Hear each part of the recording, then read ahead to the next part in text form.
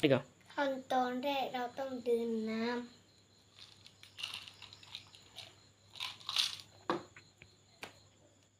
นี่ก็ ำขั้นตอนที่สองต้องออกขั้นตอนที่สองผมกำลังกายออกกำลังกาย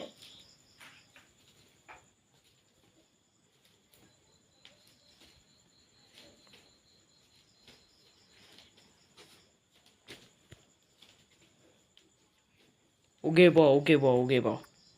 นี่ก็ ขั้นตอนที่สามมาเล่นแมว